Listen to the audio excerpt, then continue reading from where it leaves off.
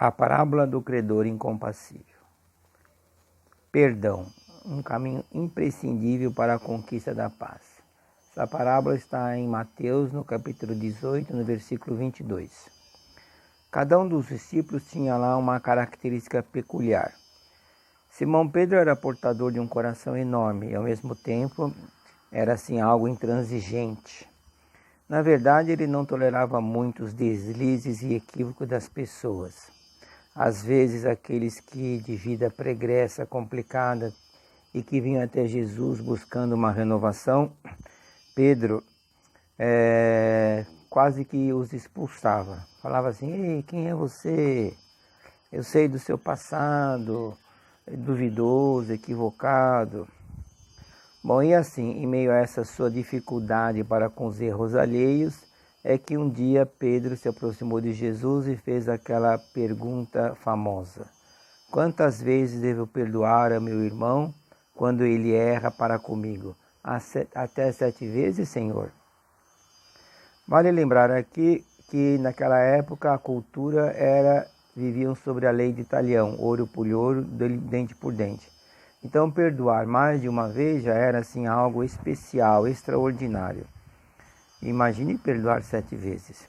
Então foi nesse espírito de infalibilidade que Pedro desafiou Jesus, que assim respondeu: "Pedro, não te digo até 7 vezes, mas até 70 vezes 7 vezes. E na sequência, Jesus contou a parábola do credor incompassível ou do servo cruel. Jesus fala assim: o reino de Deus, o reino dos céus, é semelhante a um rei que... E aqui já começa a simbologia.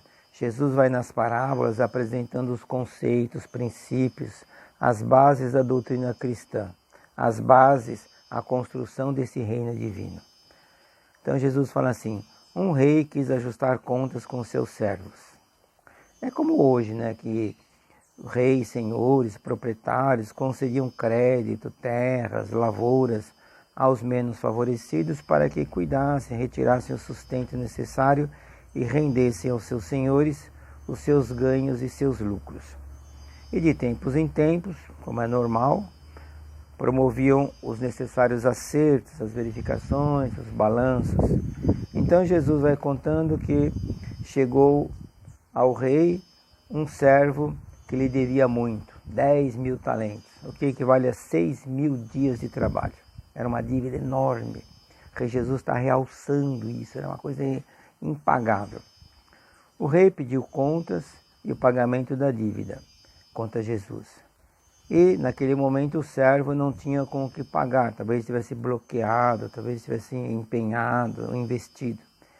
E o servo pediu, implorou clemência, pediu moratória, pediu um tempo, pediu um prazo, que sim, oportunamente iria pagar tudo.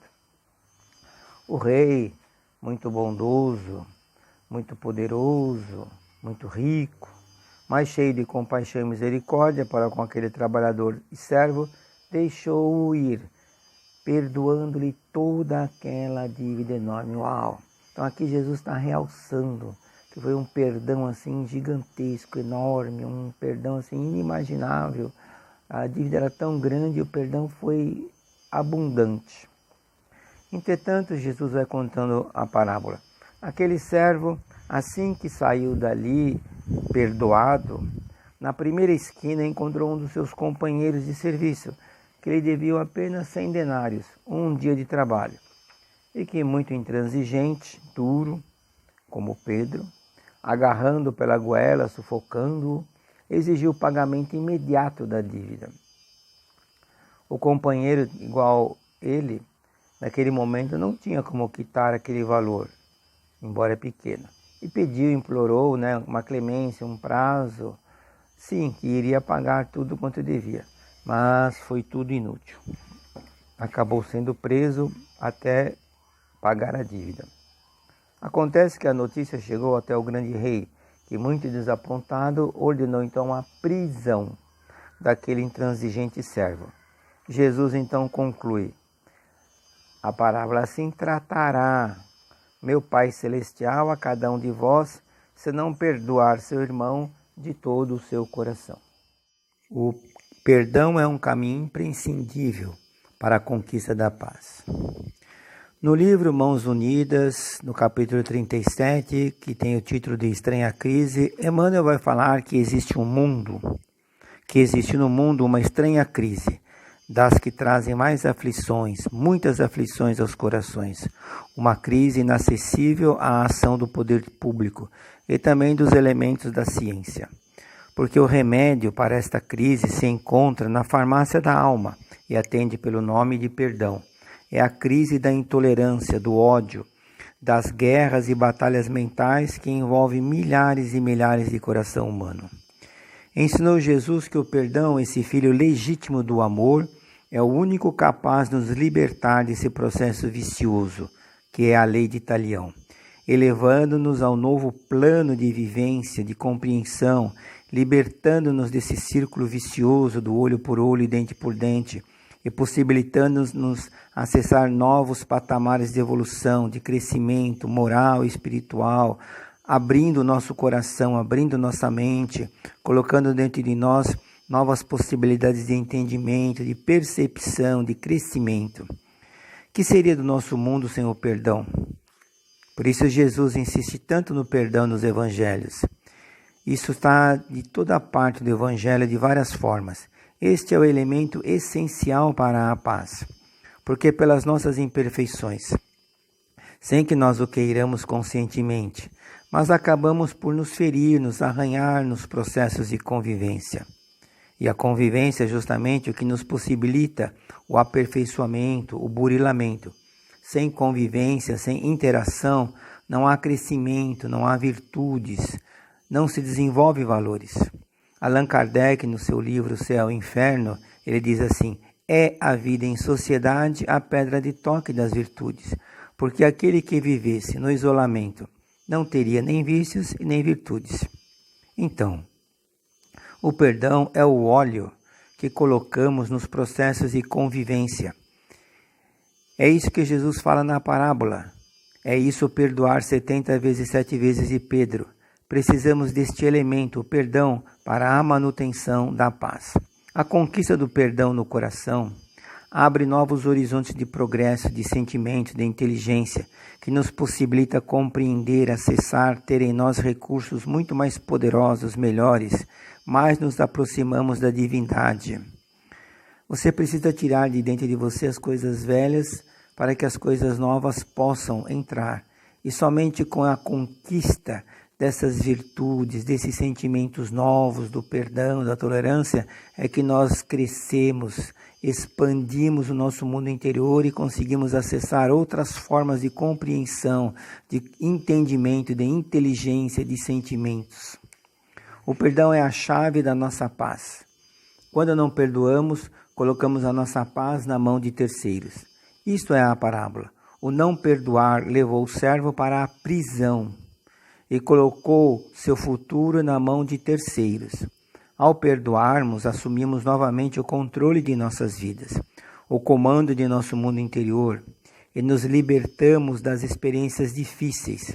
Muitas pessoas falam assim: minha vida é uma prisão, tudo está amarrado, me sinto preso. Será que talvez não esteja faltando um perdão na sua vida? Para continuar, prosseguir, para continuar seguindo nos caminhos, nas suas propostas evolutivas que Deus colocou e traçou para você? Jesus ensinou o perdão para que pudéssemos cultivar em nós a paz, como o mais precioso dos patrimônios. A ausência do perdão nada mais é que uma algema, uma prisão. Isso está bem claro e foi bem enfatizado na parábola. O servo que não perdoou foi para a prisão.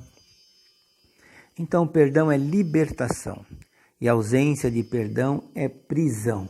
Essa é a ideia que Jesus coloca na parábola. Quando você tem a chave do perdão, nós passamos pelas experiências difíceis e nos libertamos. O perdão liberta nós mesmos. Vamos lembrar de Nelson Mandela, que durante 27 anos ficou preso injustamente. Ele disse assim que foi colocado em liberdade. Eu sabia, eu sentia que eu atravessar aqueles portões há 27 anos atrás da prisão se eu não deixasse ali mesmo, naquela portão ali, para trás o meu ódio, a minha amargura, eu sabia que nunca mais eu veria a liberdade. A palavra que nos evangelhos é traduzida como perdão, vem do verbo grego aphiemi, que significa deixar ir, libertar a si mesmo para novas experiências. Alguns corações podem até estar a refletir: bom, muito bem, eu me liberto, perdoo, faço um esforço para esquecer, sigo à frente, mas é aquele que errou profundamente, que cometeu um crime. Bom, vale aqui lembrar Allan Kardec, de novo no Céu e Inferno, em que ele fala que o processo de regeneração tem 3 etapas e que todos passam por isso. Primeiro é o arrependimento, o remorso dos seus erros e equívocos. O segundo, depois vem a expiação de tudo aquilo que viveu. E por último, a pessoa, o ser, vai procurar realizar a reparação. Emmanuel tem uma frase que ele fala assim: na Terra, sim, existem muitas injustiças, mas não há na Terra nenhum só injustiçado.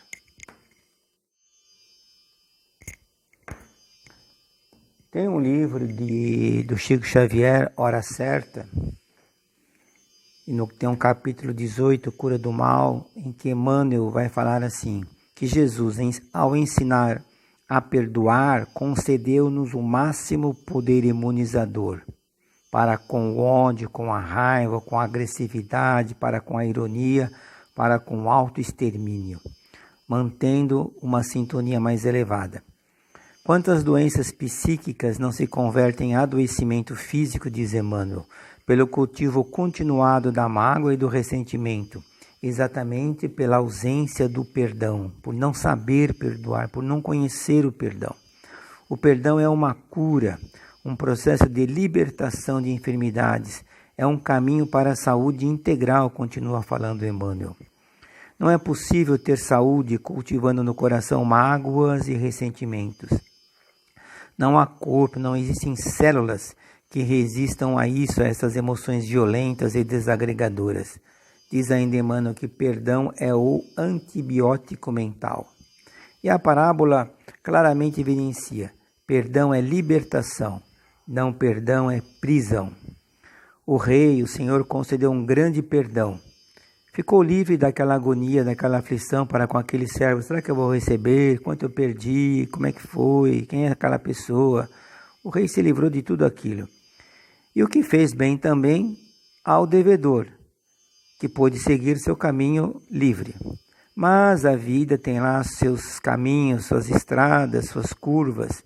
E de uma forma muito interessante, muito sábia, colocou aquele servo devedor em uma circunstância de testemunho, de prova, para avaliar se o perdão havia sido compreendido, se estava dentro dele, se a misericórdia havia finalmente desabrochado naquele coração. Porque ele viveu uma grande misericórdia para com ele próprio.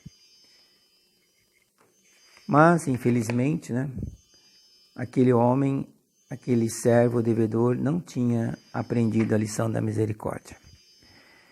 E no final ainda Jesus faz uma outra grande revelação de como Deus é. Jesus vai dizer que nosso Pai Celestial tratará, que significa perceberá, examinará, sondará, sentirá, escutará. Tratará quer dizer isso. Se os sentimentos bons, nobres, elevados, de perdão, de misericórdia, de amor, estão no coração dos seus filhos. Jesus está dizendo que ao sentir perdão, quando nós sentimos misericórdia, quando nos esforçamos com os sentimentos da piedade, da fraternidade, estaremos pelo coração, pelo mais profundo da nossa alma, de nós mesmos, mais unidos, mais próximos, mais em sintonia com o nosso Pai Celestial. E Deus sente isso. Porque esses são sentimentos divinos. Os sentimentos nobres, o comportamento bom, são uma expressão do nosso Pai Celestial em nós mesmos. É Deus em nossos corações. No Evangelho segundo o Espiritismo, no capítulo 10, tem uma mensagem de Paulo de Tarso, que ele vai falar de 2 tipos de perdão. O perdão dos lábios e o perdão do coração. O perdão dos lábios, o perdão aparente, que não resolve de fato problema algum, é aquele que, diz Paulo lá, eu perdoo, mas nunca mais quero ver aquela pessoa na minha frente, pelo amor de Deus. Perdoo, mas quando eu penso naquela pessoa, toda aquela emoção negativa, todo aquele ódio, toda aquela raiva, toda aquela carga de ressentimento vem à tona. Então nem quero lembrar. E a questão é a seguinte, estaria o problema resolvido? Estaríamos de fato livres para continuarmos avançando? A algema foi rompida? Ao recordar aquele fato, aquela pessoa, a memória afetiva vinculada ao fato, fazia emergir os sentimentos negativos que naquele momento nasceram em nós. Por isso o perdão, como ensinou Jesus, deve estar acompanhado do esquecimento. Emmanuel diz assim, para a convenção do mundo, perdoar significa renunciar à vingança. E continua ele, não necessariamente trabalhar internamente o desequilíbrio, o ressentimento, a aflição. Cada acontecimento tem uma memória emocional. Perdão com esquecimento significa renovação da memória emocional. Isto é esquecimento. Esquecer, apagar, substituir, renovar aquela memória afetiva emocional. Então, esquecer o mal como perdão é diluir aquela mágoa no amor, no nosso amor. Mas que amor nosso é esse? Se estamos aprendendo. É aqui que exatamente é o desafio. É um amor que você está construindo ao se esforçar, ao trabalhar internamente para renovar para tirar o ressentimento, para sentir misericórdia e piedade, esse esforço interno, essa lembrança, esse voltar diariamente a tentar colocar isso dentro de si, é progresso, é desenvolver o amor. Esquecer será então envolver a pessoa, o fato, na misericórdia, a ponto de não mais se sentir incomodado. E, ao recordar o fato, lembraremos da oportunidade que ali tivemos de desenvolver o amor, de desenvolver a misericórdia dentro de nós, pelo esforço, pelo trabalho interior continuado que fizemos por envolver aquele fato, aquela pessoa nas ondas do amor e da misericórdia. E ao vincularmos ao fato uma nova memória afetiva, por exemplo, de misericórdia, de amor, de piedade, quando lá voltarmos, nos sentiremos bem. Esse é o perdão do Cristo, esse é o perdão do coração. A nossa incapacidade de perdoar os outros é igual, é proporcional à nossa incapacidade de nos perdoar. Muitas pessoas às vezes falam assim, olha, eu fiz um erro, eu cometi um engano, será que aquela pessoa vai me perdoar? Como é que ela vai me ver? Foi eu quem errei. Bom, aqui é um ponto importante, o que a outra pessoa vai ou não fazer é do coração dela. Mas enquanto você não se perdoar a si mesmo, entrar dentro do seu coração e ter a capacidade de se perdoar, você também estará preso, algemado. A nossa incapacidade de perdoar os outros é igual, proporcional à nossa incapacidade de nos perdoar. À medida que aprendemos a nos compreender, também compreendemos aos outros. Ao nos perdoar, perdoamos também aos outros e melhor avançamos, crescemos com a experiência difícil. O auto-perdão e o perdão andam juntos.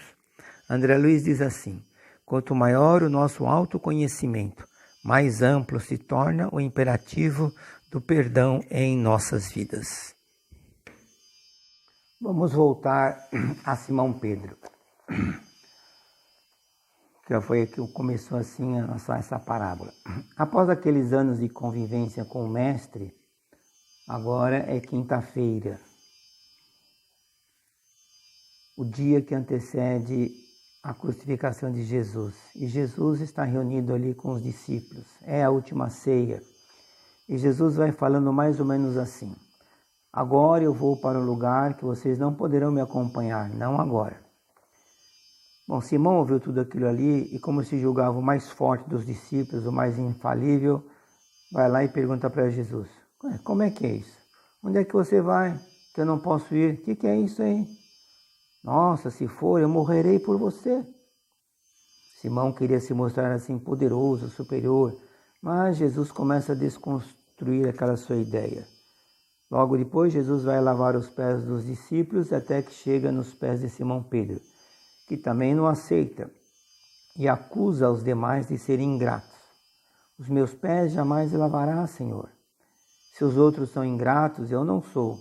Como se fazer melhor, superior?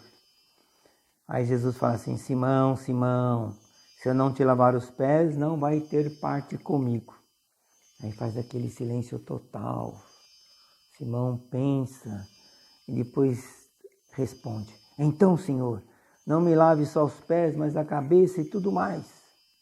E Jesus fala assim: ah, Simão, essa tua inquietação, hein? Você precisa de novas lições e vai aprender ainda nessa noite que o homem no mundo é mais frágil do que perverso. Simão ficou até um pouco magoado, achando que Jesus não entendia toda a sua entrega, toda a sua fidelidade. Mas foi assim mesmo que aconteceu.